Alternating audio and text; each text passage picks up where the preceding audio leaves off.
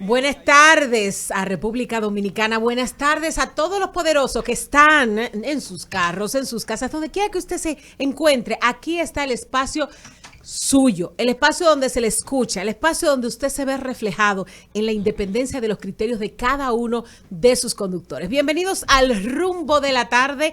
Buenas tardes, don Rudy. Buenas tardes, don Colombo. Georgie no está con nosotros en este momento, pero ya viene por ahí. Perdón. No, pues vámonos con Rudy mientras.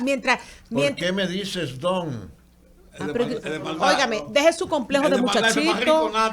Deje su complejo de muchachito. Aquí somos muchachitos todos. Muchachitos somos todos. Bienvenido, Colombo. Ahora sí. Hola, Silvia, ¿cómo estás? Bien. Gracias a Dios, muy bien. Y con mucha queda energía. muy bien el pintalabios, ¿eh? Señores, ay, miren el pintalabio, qué cosa. No, y se sacó las cejas. Además, ¡Indiscreto! Señores. ahora sí es una mujer. Ustedes saben que ahora. Peor todavía. Oiga, ustedes saben que ahora los hombres están muy detenidos en los detalles. Claro. Están apasionándose por esa. Bueno, usted sabe Siempre que hay. ha sido así, no es ahora, ¿no? Sí, Siempre. pero acuérdese que hay una distancia muy breve. Eso me lo decía mi bisabuela. ¿Cómo que le dicen, Olga? ¿Cómo que le dicen a los hay una distancia muy, pero muy pequeña entre los metrosexuales y. ¿Qué es eso? Perdón, voy a quitar este audio. Espérate, ¿qué es eso? Colombo. Los metrosexuales. Pues déjame decirte una cosa. Espera, que me diga que es un Pero los metrosexual. metrosexuales. Sí, dime. Que están a un metro de ser otra cosa. Dime, ¿qué es eso? Miren, Hay señores. mucha gente que no entiende lo que es eso. Deje ese tema que aquí, sobre todo, el respeto está por encima de cualquier cosa. Pero ¿qué es un metrosexual? Yo no sé. Bueno, un hombre que vive cuidándose, que se saca la ceja, que se cuida, que se saca la ceja. se saca la ceja, que se da masajito. Donde yo he crecido no le dicen metrosexual, le dicen pájaro. Ay, no. Para no Así, decirle otra forma. no, así no. Pues déjame decirte una cosa. Aquí no se permite eso. Pues déjame No. decirte una cosa, Yurka, déjame decirte una cosa. Espérate, no. Tú dijiste algo, en principio, de que los hombres se están fijando mucho en cómo la mujer se muestra, se presenta. Pero es muy desagradable. Hay una cosa que yo miro en las mujeres: los pies. Los Los pies. pies. Una mujer con los pies arreglados te indica que tiene cuidado de su Claro. cuerpo. Mira, bueno, hay cosas. No, pero espérese, Hay párese cosas. ahí. No, bueno. Yo ando con unos tenis. No, bueno, yo no te Para miro- un hombre verme los no pies te miro- a oye, mí, no te miro los pies, Ahora, no importa. tiene que ser como que Pero- pasemos pero- a un. Pero espérate, una mujer con las uñas sucias. Acabo de darme cuenta. Una Pero mujer- es que de qué una manera mujer con es que de- con el pinta uño cacarañado, mejor quítatelo todo. O sea, hay cosas, hay detalles. Yo soy un hombre que esos detalles me cuadran la cabeza. O sea, me suben como me Sí, bajan. pero Rudy. Realmente acabo de descubrir algo que para mí ha sido un gran descubrimiento.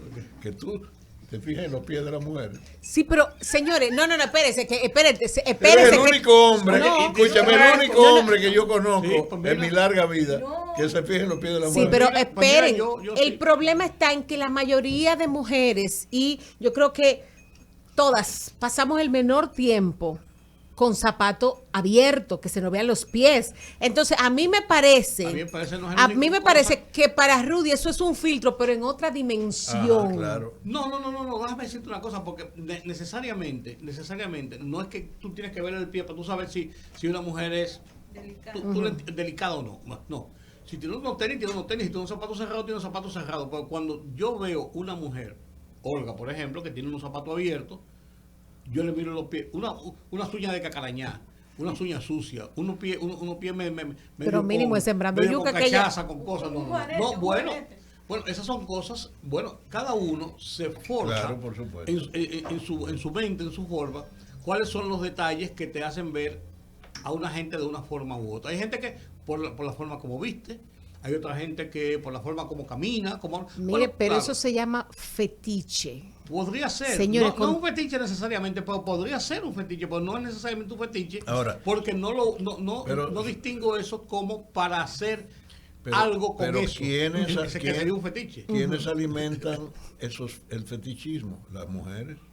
Ajá. No es uno. Mire, el señores, fetichista no es mire, yo les pido un favorcito. Vamos a dejar ese tema para cuando toque la hora de los oyentes. Ah.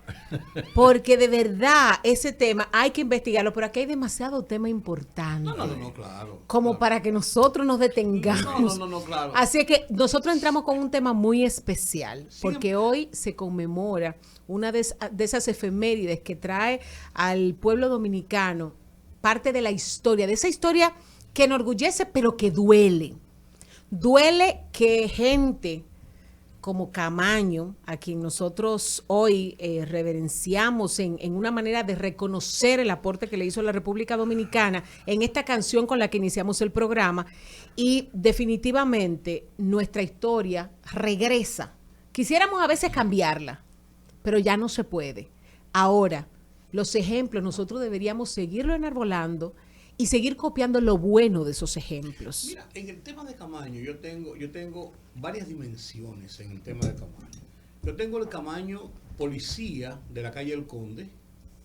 Yo tengo el Camaño hijo del militar que venía de Trujillo. Yo tengo el Camaño que asumió un liderazgo trascendente en la revuelta civil del 65. En la guerra civil del 65. Pero también tengo el Camaño que a final de cuentas, aunque muchos dicen que vino a inmolar su vida en aras de la libertad, él vino a tratar de derrocar un gobierno legítimamente constituido. Estamos hablando de historia. Él creía en eso y está bien, pero yo estoy hablando de los parámetros. Yo tengo varios Camaños. Sí, yo tengo varios Camaños. El primer Camaño al que tú te refieres fue el jefe de los cascos negros, cascos blancos, ¿no? Claro, casco blanco de ahí, de la blanco. Fortaleza Osama, que le dio la paliza, ¿qué no te acuerdas? Escúchame, yo tengo un rozón en mi rodilla izquierda, una cicatriz de la calle Espaillat, cuando nosotros los jóvenes, correcto, de entonces nos lanzamos en la calle Espaillat. Final del 61, claro. Final del 61, que llegaron los cascos negros, ya tú sabes. Claro. Hubo varios muertos, ¿verdad? Tiraron gente de las azoteas. Tiraron de las azoteas, varios muchachos, en fin. Y en la corredera, pues a mí me rozó, un balazo me rozó en la rodilla. Todavía lo conservo. Ese fue el primer Camaño que yo conocí, que yo alcancé. Que fue que después le dio los palos a Jorgito y a Nacer frente al altar de la patria. Ok, entonces, ese fue el primero. Ahora, ese Camaño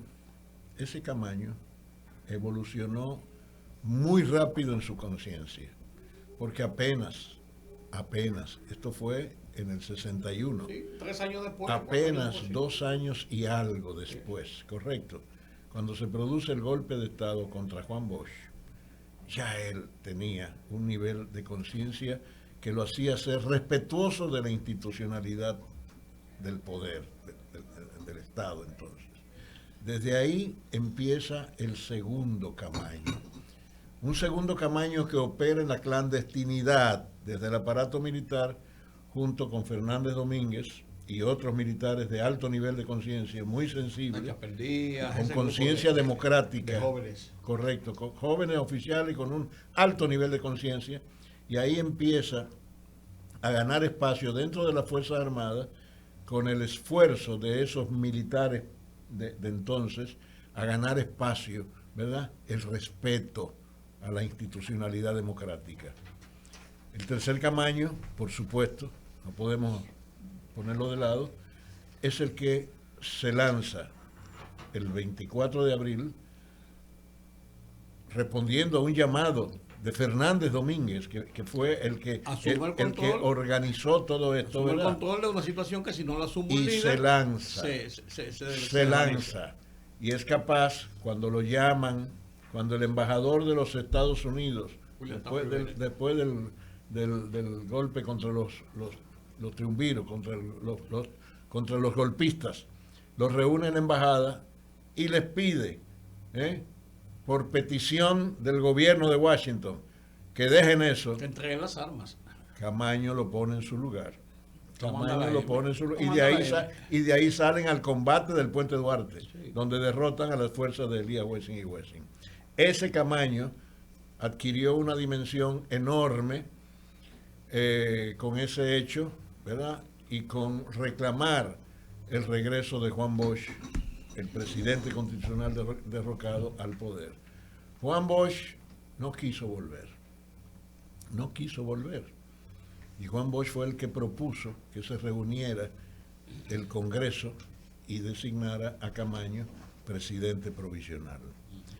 Ya en el poder, ya como presidente provisional, ya Camaño adquirió ya otra dimensión.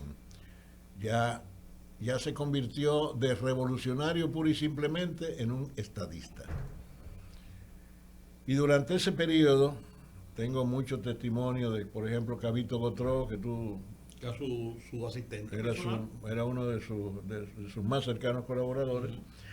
Testimonio de Cabito Gotró de cómo se conducía Camaño, ya en calidad de jefe del Estado insurgente, en sus relaciones con todo el mundo y con todos los subalternos. Y realmente hacía un ejercicio democrático hacia lo interno del gobierno constitucionalista.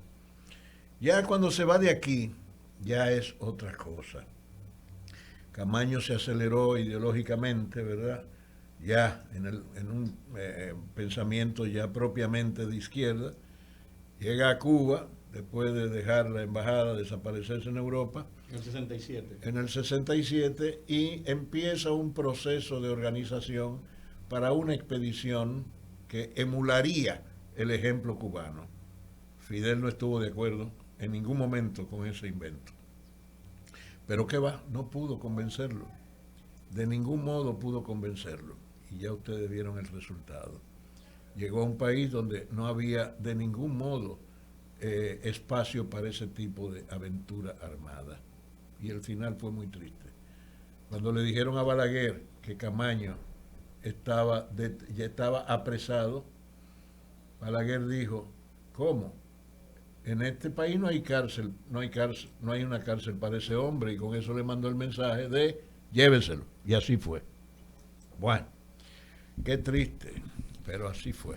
Esa es la historia, y por eso yo digo, así como tú lo relatas, sigue más o menos una línea de pensamiento, lo que yo planteaba en principio, de que hay varios Camaños, y en la mente de la historia, en la historia dominicana, debe haber varios Camaños. Uno escoge el Camaño que uno considera, Claro, que es el Camaño que se ajusta a la visión que uno tiene de la sociedad dominicana, del momento político que se vivía y del momento político que se vive actualmente. La historia es que Francisco Camaño salió en el Blackjack desde Cuba, recorrió varias de las islas del Caribe a finales del mes de enero, recorrió un par de islas del Caribe tratando de despistar y borrar cualquier rastro de seguimiento o lo que fuera, para no tampoco involucrar que venían directamente desde Cuba. así es. Y así llegaron en el Blackjack a Playa Caracoles, en las inmediaciones de la gran bahía de Ocoa. Hay unos que dicen que fue a Las Charcas, otros dicen que fue a No, fue Caracoles. Jaime Germán me dio a mí Sí. detalles. Sí, pero lo que te quiero decir que hay las versiones entonces, y allí, junto con 8 hombres, se internan en las montañas. Uno de ellos, Toribio Peña Jaques, con versiones encontradas y diferentes, dicen que fue el hombre enviado a la ciudad a hacer los contactos para decir que él estaba aquí, otros que se perdió en el desembarco y entrar a la zona de las montañas. O sea, hay versiones. Hay versiones que dicen que también desertó. Sí, yo no quería llegar a esa parte para no, porque esa es una parte que usan mucho los... Porque el contacto enviado, el enviado para hacer contacto previamente aquí, con los palmeros, correcto, con el movimiento que estaba desarrollándose el 12 de enero de del apoyo, año anterior correcto, había sido diezmado cuando mataron a Mauri, la correcto, Chuta, a Virgilio por y eso, Ulises. por eso, entonces ya no había ninguna base armada para recibir la expedición. Y la parte política, entonces él desembarca y finalmente queda Camaño y 7 hombres, porque era Camaño y 8 hombres, eran 9 la expedición. Ellos en eso estaban, además de Toribio Peña Jaques, estaba Berto Lalane José, Claudio Camaño Grullón, Ramón Euclides Holguín Marte, Alfredo Pérez Vargas, Halde Germán, Mario Nelson Galán Durán y Ramón Payero Ulloa. Así es. Lo estoy leyendo porque se me olvidan los nombres. Son claro. Entonces, entran en las montañas día 3 de febrero y dos o tres días después, 4 días después, 2 de ellos caen en combate. En una emboscada, caen en combate, se quedan cubriendo la retirada, según las mismas versiones de lo que se ha publicado, inclusive Halle Hellman en sus libros, publicó varios episodios, mueren 2 de ellos, entonces se comienza a dispersar un tanto el grupo, porque estaban siendo asediados por las fuerzas del gobierno. Sobre todo con el agravante de que, de que 2 de ellos habían salido para Santiago buscando apoyo en el Cibao. Entonces, después de esto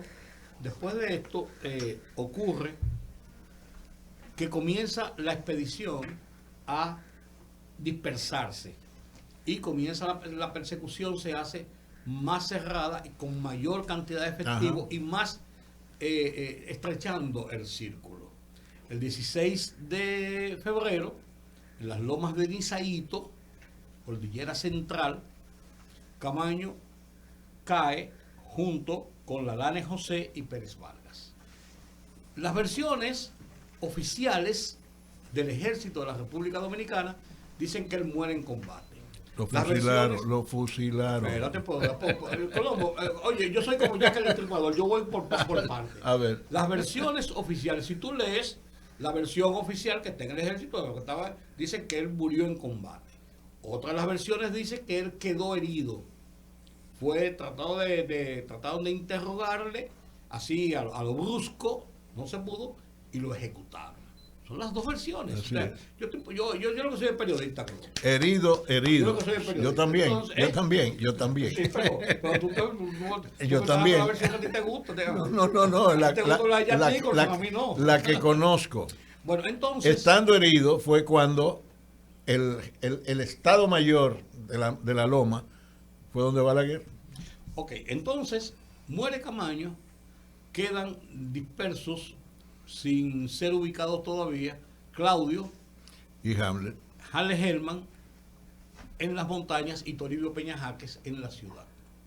Toribio Peña Jáquez se esconde, logra esconderse aquí en la ciudad después de la entrevista famosa con Última Hora, con Juan Bolívar Díaz y Guariones Rosa y el grupo de cosas que se reunieron, que dijeron después, y lo confiesa en uno de sus libros, en uno de sus artículos, lo habla Virgilio primero y después lo confiesa el mismo Juan Bolívar, se realizó en el periódico, no fuera como ellos dijeron, para evitar decir que el periódico lo había cogido y había sido cómplice de una persona que estaba siendo buscada.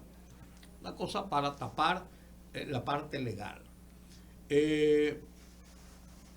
Halle Hellman es arrestado en las lomas cerca de Villa Altagracia. Cerca de Villa Altagracia, sí. Yo fui en una tienda donde fue a comprar.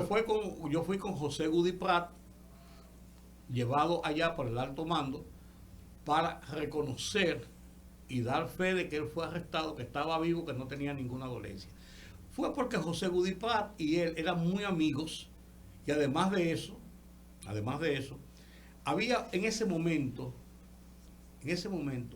un episodio mundial de lo cual los dos eran asiduos y la conversación entre ellos dos fue a quién le gustaba más, si a Bobby Fischer o a Boris Spassky, que era el mundial de ajedrez. Claro. Entonces, la conversación de ellos no giró en torno a cómo tú te sientes, ni cómo estás, ni por qué tú estás aquí, sino una forma de intercambiar un par de párrafos para demostrar eso, y eso fue lo que publicamos en el Caribe en esa época. Yo trabajaba en el Caribe todavía en esa época. Entonces, después de eso, Claudio Camaño y Toribio Peña Jáquez y Halle Hellman son sacados del país después de casi un año de arresto y un juicio que se podía llevar, pero que no se podía llevar, y los derechos humanos intercedieron porque es una época revolucionaria. Yo recibo a Halle Hellman en México. Y entonces salen y se van. Un año y tanto después, Claudio Camaño y Toribio Peña Jáquez vuelven en otro intento de hacer lo que había fallado el día 3 de febrero, que culminó con la muerte de Camaño el 16 de febrero. Así es. Muy bien, señor. Una historia periodística, gracias a nuestro invitado por tener la paciencia, pero es un día como hoy, había que recrearlo. Hay mucha gente que no conoce esa parte de la historia, porque es una historia muy conflictiva, la historia de un personaje como Camaño, porque es una historia que está rodeada de pasiones políticas, de pasiones del momento, pero que al paso del tiempo, ya con la estabilidad social y política de República Dominicana, las cosas van acomodándose y la gente debe conocer la historia. Debe conocer su historia y cada uno saca sus conclusiones. Por eso yo me refiero simplemente en la historia, trato de los episodios en que yo viví como periodista o que conozco o que me han contado, trato de ser lo más ajustado a esa historia posible.